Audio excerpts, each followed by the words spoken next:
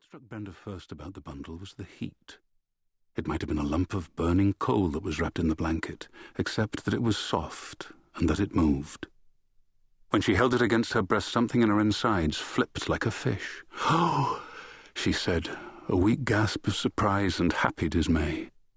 The woman was speaking to her again, but she wasn't listening.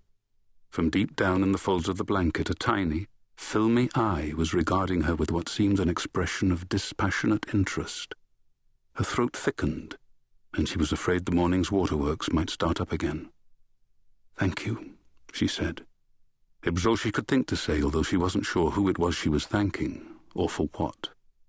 The Moran woman shrugged, pulling her mouth up at one side in a sketch of a smile. "Good luck," she said. She walked back rapidly to the car, her high heels clicking, and got in and pulled the door shut. "Well, that's done," she said. And through the windscreen she watched Brenda Rutledge, still standing where she had left her on the dock, gazing into the opening in the blanket, the canvas bag forgotten at her feet. "Look at her," she said sourly. "Think she's the Blessed Virgin." The driver made no comment, only started up the car. Part 1, Chapter 1. It was not the dead that seemed to Quirke uncanny, but the living.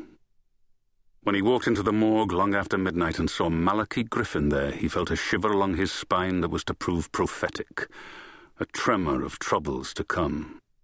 Mal was in Quirke's office, sitting at the desk. Quirke stopped in the unlit body room, among the shrouded forms on their trolleys, and watched him through the open doorway. He was seated with his back to the door, leaning forward intently in his steel-framed spectacles, the desk lamp lighting the left side of his face and making an angry pink glow through the shell of his ear. He had a file open on the desk before him and was writing in it with peculiar awkwardness. This would have struck Quirke as stranger than it did if he hadn't been drunk.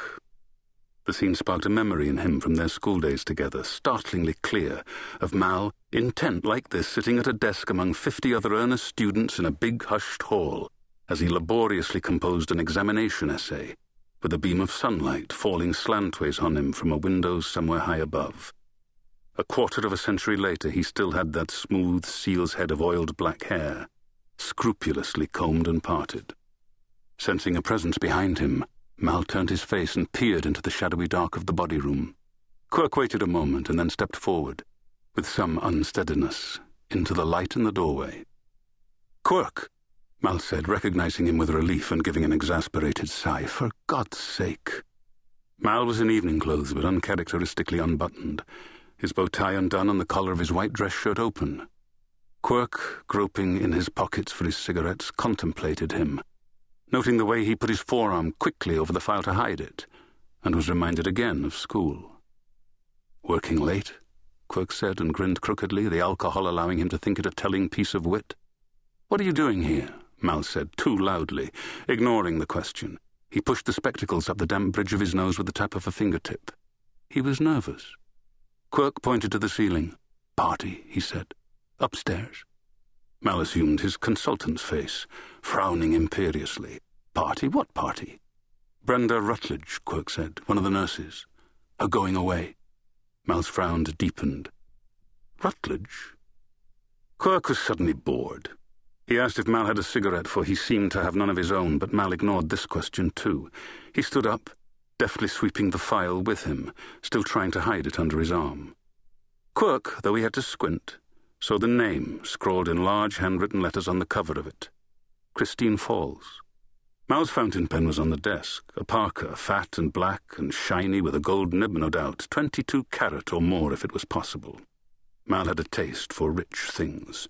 It was one of his few weaknesses. "How's Sarah?" Quirke asked. He let himself droop sideways heavily until his shoulder found the support of the door jamb.